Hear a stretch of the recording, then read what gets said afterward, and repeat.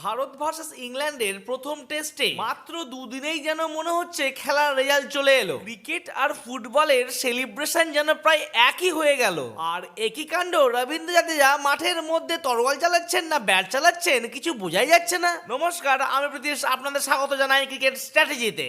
Sorry, বোনের বিয়ে থাকার জন্য আমি 7 দিন পর ভিডিও দিচ্ছি আপনাদের। ভারত তো প্রায় ম্যাচটি জিতেই নিয়েছে, তাহলে কি ইংল্যান্ড কি তাদের ইজ্জত বাঁচাতে পারবে? জয়সওয়াল, কেএল রাহুল, রবীন্দ্র জাদেজা জামার মেরেছে, সেই দুঃখ থেকে তারা নিজেদের টেনে তুলতে পারবে? সেটি এখন রয়েছে বড় প্রশ্ন। না, আমার তো মনে হচ্ছে ভারত জিতবেই জিতবে। আপনারা হয়তো ভাবছেন প্রীতিশ সিংহ এইসব কি সব বলছে, কারণ ম্যাচের তো মাত্র সবে দুদিন বয়স হলো। ফুটবলের মতো ক্রিকেট মাঠে সামারসল্ট। ব্রিসবেনে নজর কাড়লো কেভিন সিনক্লেয়ারের সেলিব্রেশন। অস্ট্রেলিয়ার প্রথম ইনিংসে ওপেনার ওসমান খোজাকে আউট করে দেন সিনক্লেয়ার, তার বলে ক্যাচ নেন অ্যালিক অ্যাথেনেজ।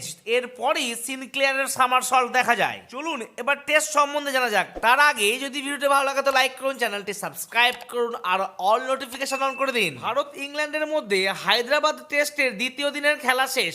বুধবার ম্যাচের প্রথম দিন টস জিতে প্রথমে ব্যাট করতে নেমে প্রথম ইনিংসে 246 রান করে ইংলিশরা। বৃহস্পতিবার ভারতের দ্বিতীয় দিনের খেলা শুরু করে 1 উইকেট 119 রান এবং দিনের খেলা শেষে 7 উইকেটে 421 রান করেছে। কেএল রাহুল এবং ইয়শস্বী জয়সওয়াল সেঞ্চুরি মিস করেছেন। একই সঙ্গে সেঞ্চুরির কাছাকাছি রবীন্দ্র জাদেজা। বর্তমানে ইংল্যান্ডের উপরে টিম ইন্ডিয়া লিড রয়েছে 175 রানের।